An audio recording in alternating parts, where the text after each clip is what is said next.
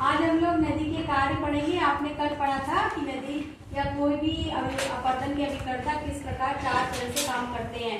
तो पहला आपने देखा था अक्षय कहते हैं। अक्षय का मतलब होता है जब चट्टानें अपने स्थान पर टूट जाती हैं।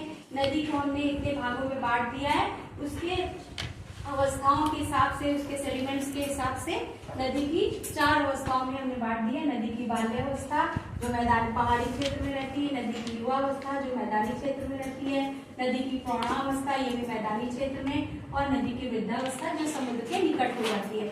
इसमें कौन कौन सी स्थलाकृतियां बनेंगी यहाँ हम लोग देखेंगे।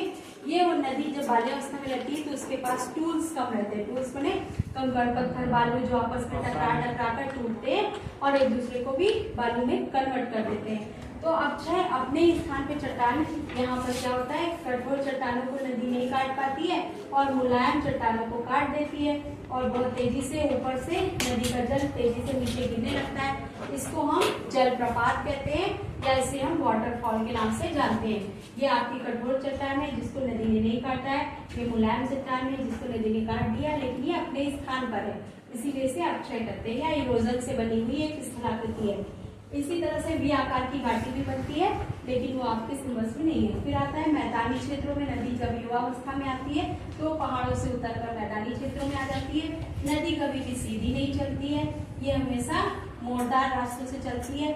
इस तरह से घुमावदार या मोड़दार रास्तों को विसर्ग कहते हैं। इंग्लिश में इसको मियांडर्स कहते हैं। नदी एक तरफ जमाव करती जाती है, निक्षेप, और दूसरी तरफ कगार गिरते जाते हैं। आपने देखा ना कगार गिरते कैसे मिट्टी कट कट के हटने लगती है उधर से, और फिर इधर कभी इधर जमाव करती है, इधर कटाव, कभी इधर जमाव करती है, इधर कटाव करती है।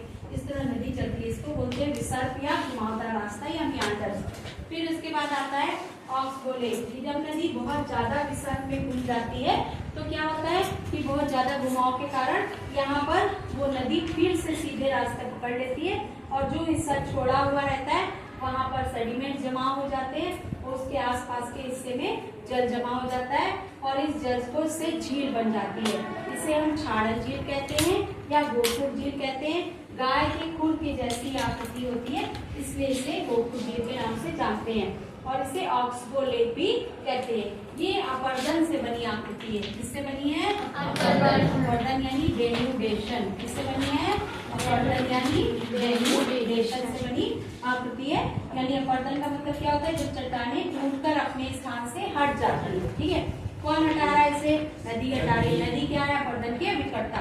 तो इस तरह इस अवस्था में आपने दो स्थलाकृति पढ़ी। पहली स्थलाकृति का नाम है विसर्ग और दूसरी स्थलाकृति का नाम है ऑक्सबोलेट, छाड़ल झील, गोखुर झील, या ये ऑक्सबोलेट के नाम से इसे जानते हैं। ठीक है, कल हम लोग पढ़ेंगे नदी की प्रौढ़ावस्था और वृद्धावस्था। Thank you.